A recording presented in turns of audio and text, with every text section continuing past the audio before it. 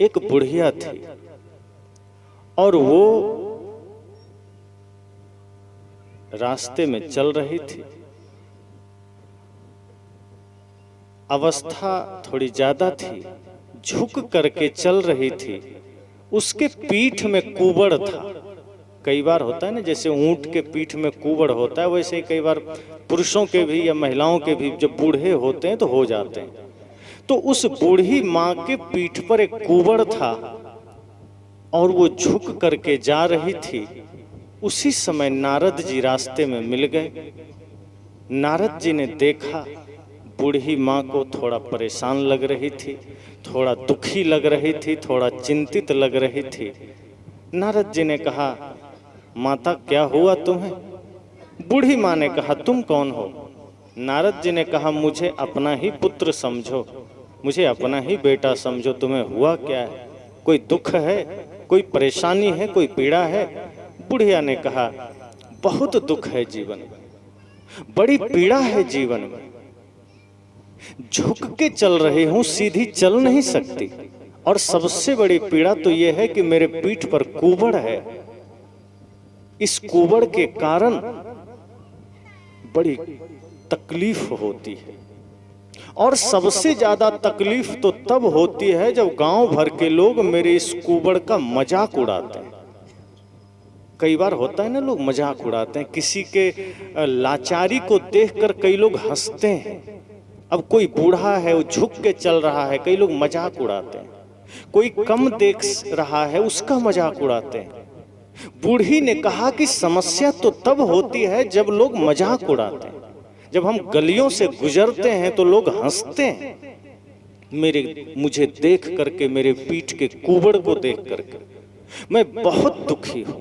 भगवान से प्रार्थना करती हूं कि प्रभु मुझे उठा लो, लेकिन भगवान उठाते भी नहीं। मैं बहुत दुखी हूं। संत कहते हैं, कभी किसी के लाचारी को देखकर मजाक मत उड़ाना, किसी के बुढ़ापे को देखकर हंसिएगा नहीं। कोई शरीर से लाचार हो, उस पर हंसिएगा नहीं। कोई बुद्धि से कमजोर है, उस पर हंसिएगा नहीं। अगर किसी के जीवन में कोई समस्या है, उसका मजाक मत बनाइएगा। संत कहते हैं, यदि आपने कभी ऐसा किया तो क्या पता कि वो घटना आपके साथ घट जाए। कौन जानता है कि कल हमारे साथ क्या हो। आज हम सही सलामत हैं, सुरक्षित हैं, कल ऐसा ही रहें, कोई गारंटी थोड़े। क्या पता वही कुबड़ हमारे पीठ पर कब आ जाए, वही अवस्था हमारे जीवन में कब आ जाए, कोई नहीं जानता। इसलिए कहते हैं, किसी की लाचारी का मजाक कभी मत उड़ाना। यदि कोई भिखारी भी द्वार पर आ जाए तो कभी उसका मजाक मत उड़ाइए। बन सके तो एक मुट्ठी अन्न दे दीजिएगा, क्योंकि वो भिखारी अगर आपके द्वार पर आया है तो आपसे कुछ लेने नहीं आया है। आप यह सोचिए, आप यह विचारिए कि हो सकता है यह भिखारी हमारे द्वार पर हमको चेतावनी देने आया है, हमको संकेत देने आया है। मानो वो भिखारी कह रहा है कि कल मेरे पास भी अन्न था, धन था, मेरे पास भी सोने चांदी हीरे जवाहरात थे, मैंने किसी को कुछ नहीं दिया, मैंने सबको खाली हाथ लौटाया। और नियति का खेल देखो, मैंने किसी के कटोरे में कभी कुछ डाला नहीं, नियति ने आज वो कटोरा हमें ही पकड़ा दिया। तो वो भिखारी आपको संदेश देने आया है, चेतावनी देने आया है कि कभी भी जब परमार्थ का मौका मिल जाए, दान पुण्य का मौका मिल जाए, सेवा का मौका मिल जाए, पीछे मत हटिए, किसी का मजाक मत उड़ाइए। ये बुढ़ापा प्रकृति का देन है, यह वरदान बन सकता है यदि हमने भक्ति की है शुरू से, यदि हमने तपस्या की है शुरू से, वरना यही बुढ़ापा अभिशाप बन जाती। जवानी तो कब आती है पता नहीं चलता, आती है निकल जाती, लेकिन बुढ़ापा जब आती है तो जल्दी जाती नहीं। वो बुढ़ापा जब आती है तो आदमी को लेके ही जाती है, और सबके जीवन में आ ही जाती है। कोई कोई जवानी में गुजर गया तब तो कोई बात नहीं। एक जगह कुछ बच्चे खेल रहे थे धनुष बाण, और एक बूढ़ा बेचारा जा रहा था वैसे ही झुक करके। तो बच्चों को मजाक सूझी। बच्चों ने उस बूढ़े से कहा, बाबा आपने ये धनुष कितने में खरीदा? बूढ़ा बेचारा झुका हुआ था, तो बच्चे ने झुके हुए शरीर को धनुषवान से संज्ञा दिया कि यह जो आपका शरीर झुका हुआ है, अर्थात इस धनुष को आपने कितने में खरीदा? और वो झुक करके जो चल रहे थे जमीन में एकदम झुक करके, तो बच्चों ने कहा, और आप खोज क्या रहे हैं? कुछ खो गया है क्या? बूढ़े तो समझ गए कि ये बच्चे अभी जवानी में थोड़ा सा मस्ती में हैं, मजाक कर रहे हैं। बुरा नहीं माना। बूढ़े ने कहा, चिंता मत करो, मैं जो चीज खोज रहा हूं ना, वो कब आई और कब चली गई पता ही नहीं चला। वो चीज आई और चली गई पता नहीं चला, मैं खोज रहा हूं। लोगों ने, बच्चों ने कहा, वो क्या चीज थी दादा? बूढ़े ने कहा, वो जवानी थी जो कब आई कब निकल गई पता ही नहीं चला, झुक करके मैं उसी जवानी को खोज रहा हूं। वो भी गुस्सा नहीं हुए, उन्होंने भी बड़े ही गजब का उत्तर दिया। और बच्चों ने कहा, और ये धनुषवान कितने का है? उस बूढ़े ने कहा, ये फ्री का है, तुमको भी मिलेगा, चिंता मत करो, इसमें खरीदना नहीं पड़ता, ये सबको मिलता है और तुमको भी मिलेगा। और ये जो जवानी आज तुम्हारे पास है, ये इतनी जल्दी खिसक जाएगी, इतनी जल्दी निकल जाएगी कि तुम समझ भी ना पाओगे, और ऐसी ही बुढ़ापा तुम्हारे जीवन में भी आएगी। तो बुढ़िया ने कहा कि मैं बहुत परेशान होती हूं जब लोग मेरा मजाक उड़ाते हैं, लोग मुझे ताने मारते हैं। कई बार कोई विकलांग होता है, कई लोग मजाक उड़ाते हैं। आप कई जगह देखेंगे, कोई विकलांग है, कोई काम कर रहा है, उससे नहीं हो पाता है, गिर जाता है, तो कई लोग हंसते हैं। संत कहते हैं उस पर हंसना मत, उसका हेल्प कर देना, उसकी सहायता कर देना, उसकी मदद कर देना। अरे क्या पता कल आपके साथ भी वो घटना घट जाए। बूढ़ी ने कहा कि मैं बहुत दुखी होती हूँ जब लोग मेरा मजाक उड़ाते हैं, मैं बहुत पीड़ित होती हूँ, लोग मेरा मजाक उड़ाते हैं। नारद जी ने कहा, चिंता मत करो, इसका समाधान है मेरे पास, मैं तुम्हारा कुंवर ठीक कर सकता हूं। बुढ़िया को तो आश्चर्य हुआ, वो तुरंत कहते हैं, तुम ठीक कर सकते हो? क्या सच में ठीक हो जाएगा? नारद जी ने कहा, बिल्कुल, तुमने मुझे बेटा कहा है, मैंने तुम्हें मां कहा, मैं तुम्हारा कुंवर बिल्कुल ठीक कर दूंगा, और आज के बाद कोई तुम्हें नहीं चिढ़ाएगा, एकदम ठीक कर देंगे। तो बूढ़ी कहती है, अच्छा ये बताओ, जब आप कुंवर ठीक कर सकते हो तो दूसरा कुंवर बना भी तो सकते हो? नारद जी ने कहा, बिल्कुल, क्योंकि जो चीज तुम ठीक कर सकते हो वो चीज तुम पैदा भी कर सकते हो, वैसा तुम बना भी सकते हो। नारद ने कहा, हाँ बना सकता हूं, लेकिन मतलब? बूढ़ी ने कहा, मेरा तो रहने ही दो, मेरा कुंवर ठीक मत करो। नारद ने कहा, तो? कहा, जो लोग मेरे कुंवर का मजाक बनाते हैं सबके पीठ पर एक एक कुंवर बना दो।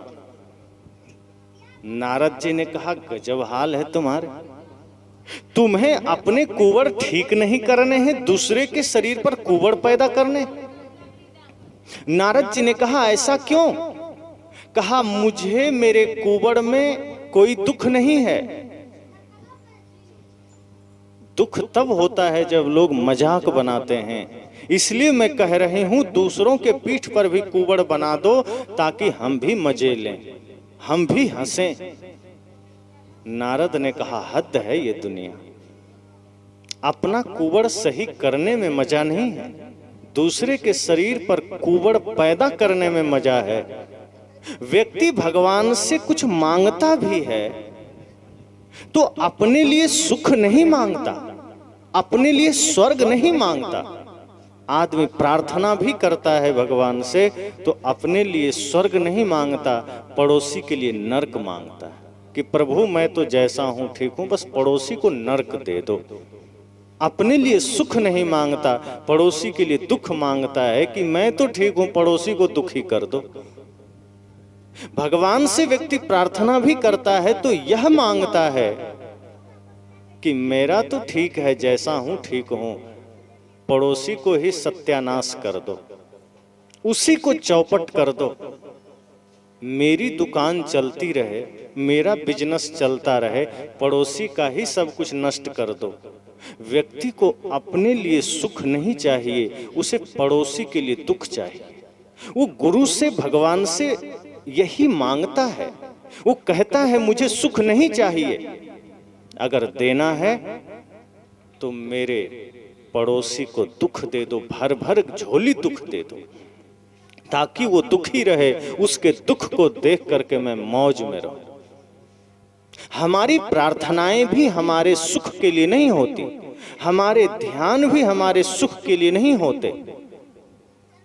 ध्यान का परिणाम है परम आनंद, प्रार्थना का परिणाम है परम शांति। लेकिन आज हमारी प्रार्थना भी होती है टाइम पास, काम चलाओ, हमारा ध्यान भी होता है दूसरों को दिखाने के लिए। कई लोग जब मंदिर में पूजा करने जाते हैं, प्रार्थना करने जाते हैं, तो जब कोई नहीं होता, अकेला होता है, तो धीरे धीरे जैसे तैसे करके सोचता है भाग लें, निकल चलें। लेकिन जब नजर पड़ जाती है आगे पीछे कुछ लोग हैं, तब वही आदमी फिर जोर जोर से घंटी बजाता है, फिर जोर जोर से ओम जय जगदीश हरे करता है, ताकि दूसरों को लगे कि ये बहुत बड़ा पुजारी है। वो पूजा कर नहीं रहा है, वो दूसरों को दिखा रहा है। वो भगवान से कुछ मांगने नहीं गया है अपने लिए, शांति के लिए। वो यह भाव लेकर नहीं गया है कि सभी सुखी रहें, सबको सुख मिले। अरे पूरी दुनिया सुखी रहे तो हम भी सुखी हो जाएंगे, पड़ोसी सुखी रहेगा तो हम भी सुखी हो जाएंगे। लेकिन आदमी सोचता है पड़ोसी सुखी हो जाएगा तो हम कैसे सुखी हो जाएंगे। इसलिए पड़ोसी के तो घर में चाहे आग लग जाए, हे प्रभु ऐसी कृपा करना, पड़ोसी का तो चाहे दुकान खत्म हो जाए, उसका तो घर में आग लग जाए, उसको तो बेटा पोता जल के मर जाए। यही मांग, यही कामना हर व्यक्ति की होती है। लगभग कोई कोई होता है जो यह भाव रखता है कि प्रभु अगर कुछ देना तो शांति देना, मुझे नहीं, पूरे समाज को, पूरे राष्ट्र को, पूरे विश्व को।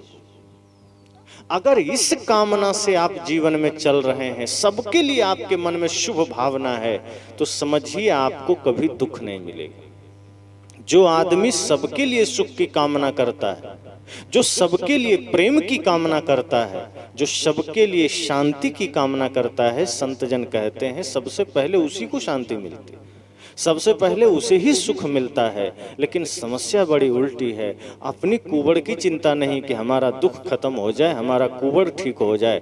हर आदमी सोचता है दूसरे के पीठ में भी कुबड़ हो जाए, हर आदमी सोचता है दूसरे के जीवन में भी दुख आ जाए, हर आदमी सोचता है दूसरे के जीवन में भी पीड़ा आ जाए, और यही समस्या का कारण बनता है।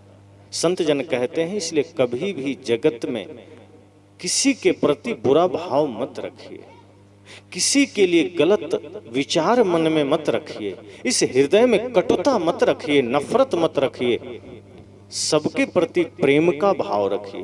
क्योंकि ये संसार ऐसा है कि आप जैसा भाव करते हैं वो पहले आपको मिल जाता है। यदि आप किसी के लिए गड्ढा खोदेंगे तो पहले खुद को ही गड्ढे में गिरना पड़ जाएगा। अगर आप किसी के लिए कालिख पोतेंगे तो पहले आपके ही हाथ में कालिख लग जाएगी। अगर आप पहले किसी के घर में आग लगाना चाहेंगे तो पहले आपके ही घर में आग लग जाएगी। संतजन कहते हैं कभी किसी के लिए गलत मत सोचना, कभी किसी के लिए गलत मत करना।